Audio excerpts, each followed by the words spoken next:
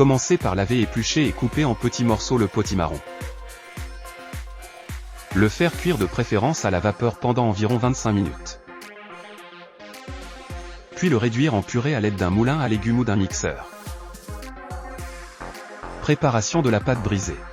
Mettre dans un récipient les 250 g de farine, les 130 g de beurre, puis les 40 g de sucre et la pincée de sel. Mélangez du bout des doigts puis avec la paume de la main pour obtenir un mélange bien sableux. Ajoutez 5 ou 6 centilitres d'eau et finir de mélanger jusqu'à obtenir une pâte bien homogène. Mais ne pas trop travailler la pâte. Dès le mélange effectué, mettre sur le plan de travail et l'étaler légèrement en rond d'environ 15 cm et filmer et mettre au frais pour environ 20 à 30 minutes.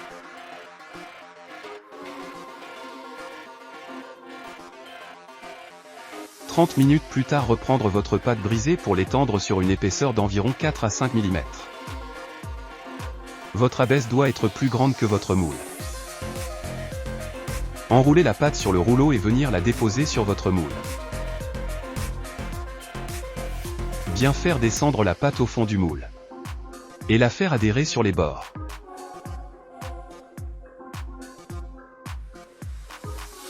Puis rabattre le débord et venir couper l'excédent avec un couteau.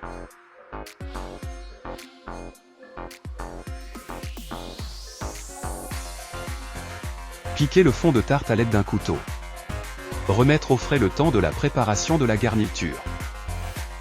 Pour cette garniture, on va mettre dans un récipient les 3 œufs entiers, le sachet de sucre vanillé et les 110 g de cassonade.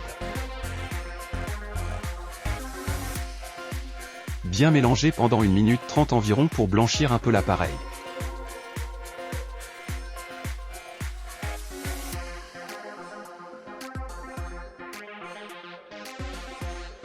Puis ajouter les 100 g de poudre d'amande et les 15 centilitres de crème liquide entière.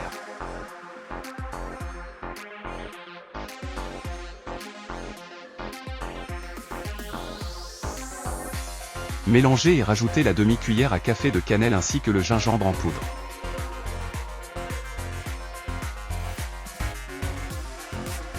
Pensez à préchauffer votre four à 185 degrés.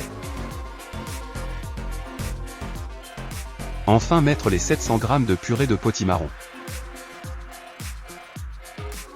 Bien finir de mélanger pour incorporer tous les ingrédients.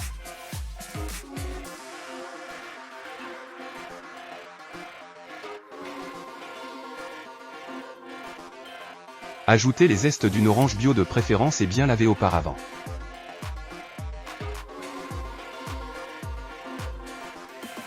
Venir verser votre préparation dans le fond de tarte.